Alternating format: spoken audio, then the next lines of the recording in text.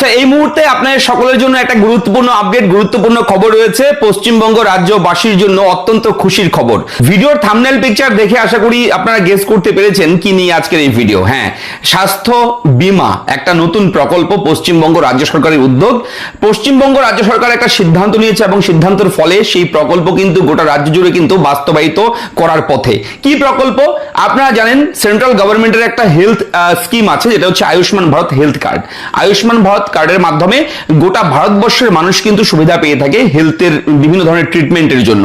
একটা অ্যামাউন্ট প্রতি বছরই কিন্তু পেয়ে যায় এবং সেই টাকাটা পেতে হলে, সেই আয়ুষ্মান ভারতের সুবিধা পেতে হলে রেশন কার্ডের বিভিন্ন ক্যাটাগরির প্রয়োজন রয়েছে। যেমন ধরুন AAY, PHH, SPHH এই ক্যাটাগরি যারা আছে রেশন কার্ড, তারা কিন্তু খুব সহজেই, আপনারা দেখেছেন রিসেন্টলি আমরা ভিডিও করেছি যে যাদের এই রেশন কার্ডগুলো রয়েছে তারা অলরেডি দেখেছেন আপনারা চেক করে যে আপনার তালিকা কিন্তু তৈরি হয়ে গেছে আয়ুষ্মান ভারত হেলথ কার্ডের।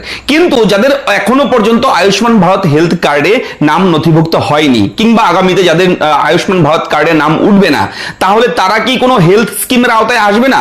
সরকারি কোনো স্কিমের কি সাহায্য তারা পাবে না? একদমই না, তারা পাবে। এর জন্য কিন্তু পশ্চিমবঙ্গ রাজ্য সরকার নতুন একটা প্রকল্প চালু করেছে, যে প্রকল্পের মাধ্যমে যারা আয়ুষ্মান ভারত হেলথ কার্ডের সুবিধা পাবে না তারা এই প্রকল্পের সুবিধা পেতে চলেছে। এবং সেই প্রকল্পের নাম হচ্ছে মুখ্যমন্ত্রী স্বাস্থ্য বীমা যোজনা। হ্যাঁ, সংক্ষেপে বলা হচ্ছে MMSBY, মুখ্যমন্ত্রী স্বাস্থ্য বীমা যোজনা। অর্থাৎ এক কথায় যারা আয়ুষ্মান ভারতের সুবিধা থেকে বঞ্চিত হবেন তারা এই প্রকল্পের মাধ্যমে প্রতি বছর 5 লক্ষ টাকার কিন্তু সুবিধা পেয়ে যাবেন। এবং এই ভিডিওতে আমি দেখাবো, আপনাদেরকে দেখিয়ে দেবো, A to Z বুঝিয়ে দেওয়ার চেষ্টা করব যে কারা কারা এই মুখ্যমন্ত্রী স্বাস্থ্য বীমা যোজনার জন্য যোগ্য, কারা এই প্রকল্পে নাম নথিভুক্ত করতে পারবে এবং কারা এই প্রকল্প থেকে বঞ্চিত হবে, কাদের জন্য এই প্রকল্প A to Z এই ভিডিওতে আমি জানাতে চলেছি। দেখুন, আগে তো ছিল স্বাস্থ্যসাথী কার্ড, সেই স্বাস্থ্যসাথী কার্ড যে রয়েছে সুবিধাগুলো, সেরকম সুবিধাই আপনি পাবেন। অবশ্যই আপনাকে রিকোয়েস্ট করবো আবারও ভিডিওটা মন দিয়ে শেষ পর্যন্ত দেখুন, আশা করি ভিডিওটি আপনাদের অনেক কাজে লাগবে। চলুন শুরু করি। তো অবশ্যই আপনাকে বলবো চ্যানেলটিকে সাবস্ক্রাইব করবেন। আমরা প্রতিদিন বিভিন্ন জরুরি গুরুত্বপূর্ণ ভিডিও কিন্তু আপনাদের জন্য প্রোভাইড করি আমাদের চ্যানেলে, তাই চ্যানেলটা সাবস্ক্রাইব করতে একদম ভুলবেন না। দেখুন, এই মুহূর্তে রয়েছে আয়ুষ্মান ভারতের official website Ayushman Bharat health card. গোটা দেশ জুড়ে কিন্তু আবেদন চলছে, আবেদন আপনারা করতে পারবেন এবং লিস্ট কিন্তু প্রকাশিত হয়েছে। আমরা এই নিয়ে কিন্তু একাধিক ভিডিও দিয়েছি আয়ুষ্মান ভারত কার্ড নিয়ে, ঠিক আছে? আপনারা আমাদের চ্যানেলে গেলে সেই ভিডিওগুলো দেখে নিতে পারবেন। তো চলুন দেখে নিই আজকের এই নতুন প্রকল্প নিয়ে। মুখ্যমন্ত্রী স্বাস্থ্য বীমা যোজনা। হ্যাঁ, মুখ্যমন্ত্রী স্বাস্থ্য বীমা যোজনা হলো এমন একটি প্রকল্প যার মাধ্যমে যোগ্য পরিবারগুলি বছরে 5 লক্ষ টাকা পর্যন্ত ক্যাশলেস চিকিৎসার সুবিধা পাবেন। এটি মূলত সেই সব ব্যক্তিদের জন্য ঘোষণা করা হয়েছে যারা কেন্দ্রীয় আয়ুষ্মান ভারত প্রকল্পের আওতায় আসেন না। আয়ুষ্মান ভারতে আবেদন করতে হলে বিভিন্ন ক্রাইটেরিয়া লাগে, বিভিন্ন যোগ্যতা লাগে, এবং সেই যোগ্যতা যদি আপনার না থাকে তাহলে আপনি আয়ুষ্মান ভারত পাবেন না। কিন্তু আয়ুষ্মান ভারত না পেলেও মন খারাপের ব্যাপার নেই। পশ্চিমবঙ্গ রাজ্য সরকার নিয়ে এসেছে এই নতুন প্রকল্প মুখ্যমন্ত্রী স্বাস্থ্য বীমা যোজনা। হ্যাঁ, মূল বৈশিষ্ট্য ও সুবিধা কি রয়েছে দেখুন, A to Z বলে দিচ্ছি। আর্থিক সাহায্য, পরিবার পিছু বার্ষিক 5 লক্ষ টাকা পর্যন্ত বিনামূল্যে বা ক্যাশলেস চিকিৎসা রয়েছে। এরপর যোগ্যতা, যারা আয়ুষ্মান ভারত প্রকল্পের সুবিধা পান না তারা এই নতুন বীমার আওতায় আসবেন, এটাই যোগ্যতা, আর কিছু না। তার পাশাপাশি অবশ্যই পশ্চিমবঙ্গ তথা ভারতবর্ষের স্থায়ী নাগরিক হতে হবে, পশ্চিমবঙ্গের স্থায়ী বাসিন্দা হতে হবে, তবেই কিন্তু আপনি এই প্রকল্পের সুবিধা পাবেন। এবং আয়ের সীমা রয়েছে, ইনকামের একটা ব্যাপার রয়েছে, নিয়ম রয়েছে এখানে। পারিবারিক বার্ষিক আয় নির্দিষ্ট সীমার, যেমন 8 লক্ষ টাকার বেশি হতে পারবে না। হ্যাঁ, বছরে 8 লক্ষ টাকার ভেতরে ইনকাম থাকতে হবে। 8 লক্ষ টাকার ওপরেই যদি ইনকাম হয়ে যায় বছরে পরিবারে, তাহলে কিন্তু আবার এই প্রকল্পের আওতায় আপনি আসবেন না এই স্বাস্থ্য বীমা যোজনা, মুখ্যমন্ত্রী স্বাস্থ্য বীমা যোজনায়, ঠিক আছে? এটাও কিন্তু নিয়ম রয়েছে, তো সামান্য নিয়ম রয়েছে। এরপর দেখুন, যে সকল পরিবারগুলি আয়ুষ্মান ভারত প্রকল্পের সুবিধা পাচ্ছে না অথচ স্বাস্থ্য পরিষেবার প্রয়োজন, তাদের জন্যই স্বাস্থ্য বীমা চালু করলো সরকার।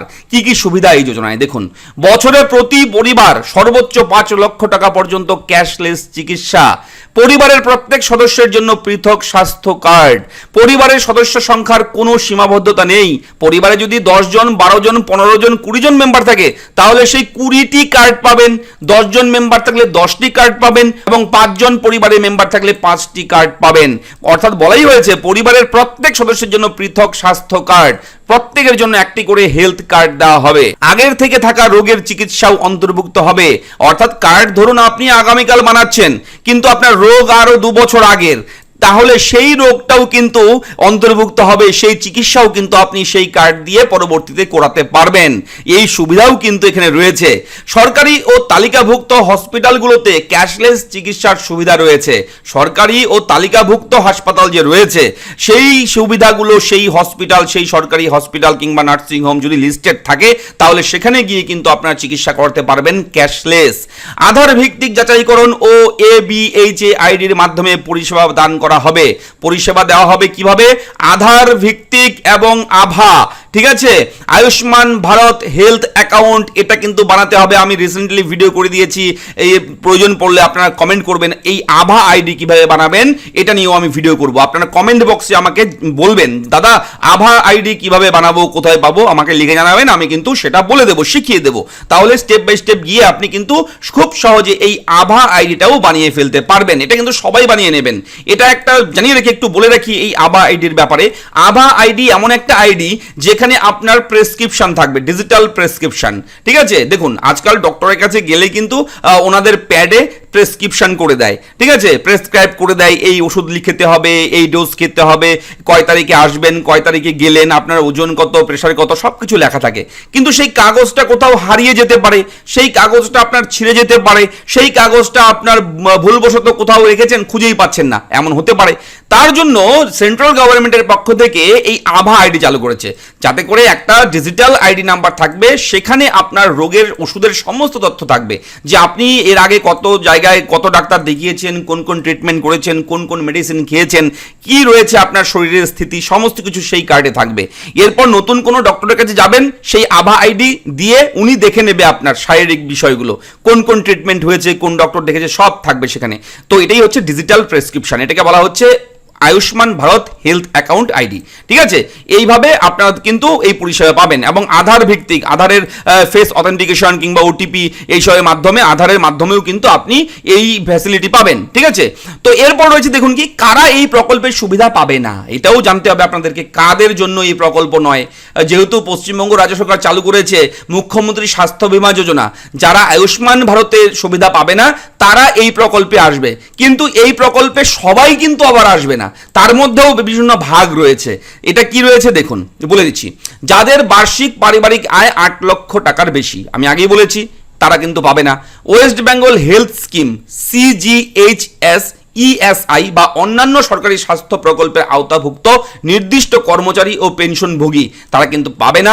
অবশ্যই বলে রাখি, সরকারি সংস্থা ও বিভিন্ন গ্রুপ মেডিকেল ইন্স্যুরেন্সভুক্ত কর্মীরা এই প্রকল্পের সুবিধা পাবে না।